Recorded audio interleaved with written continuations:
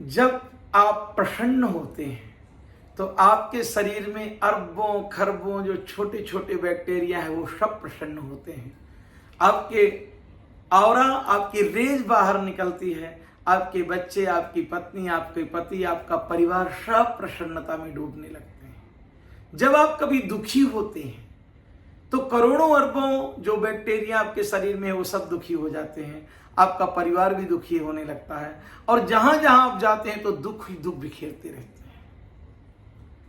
रामायण में वाल्मीकि में एक प्रसंग आता है कि राम जी और लक्ष्मण जी जंगल में मां सीता को खोज रहे हैं। खोजते खोजते एक जगह की मिट्टी बड़ी सुंदर लगी तो राम जी ने कहा, लक्ष्मण ये मिट्टी थोड़ी सी ले लो, हम नदी में आगे स्नान करेंगे।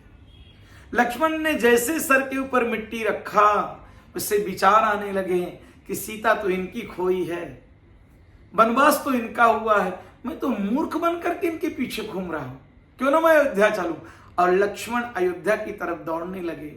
राम जी ने जब पीछे देखा कि लक्ष्मण तो अयोध्या भगा जा रहा है, दौड़ के आए, मिट्टी उठा करके जैसे नीचे फेंकी, लक्ष्मण को प्रायश्चित होने लगा। लक्ष्मण रो पड़े, भैया मेरे अंदर ये दुर्गुण, ये विचार कैसे आए।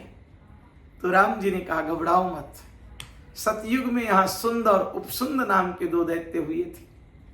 ब्रह्मा जी की बड़ी तपस्या किया, अमरत्व का वरदान मांगा, पर ब्रह्मा जी ने कहा अमर कोई नहीं हो सकता। बोले कि दोनों भाई में हमें प्रेम है, हम दूसरा वरदान मांगते हैं कि कभी भी हम मरे तो एक दूसरे के हाथ से ही मरे, क्योंकि हमारा बैर तो कभी नहीं होगा। ब्रह्मा जी ने तथास्तु कहा। इंद्र ने तिलोत्तमा नाम की अप्सरा भेजी। अप्सरा ने छोटे वाले भाई से कहा मैं ब्याह करूंगी, तो बड़ा वाला भाई ने कहा कि मैं विवाह पहले तेरे साथ में करूंगा। दोनों में युद्ध हुआ और मरने के बाद वो दूषित अणु वहां पड़े हुए हैं जो भाई भाई में बैर के अणु थे। लक्ष्मण ने जैसे सर में रखा तो राम जी ने कहा उसी के कारण तुम प्रभावी हो गए।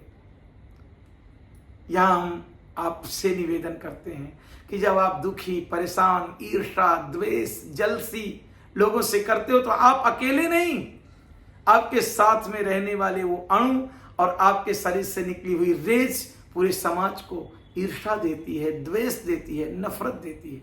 जब आप प्रेम करते हैं तो आपके शरीर में जो करोड़ों अरबों वो बैक्टीरिया हैं वो प्रेम में डूब जाते हैं। आपका परिवार प्रेम में डूब जाता है, पूरा यूनिवर्सल प्रेम में डूब जाता है और आप जहां भी जाते हैं प्रेम ही प्रेम बिखेरते जाते हैं। सब प्रेम में हो जाता है, आनंदमय हो जाता है, सुखमय हो जाता है। इसलिए प्रेम करो, प्रेम बांटो, प्रेम रखो।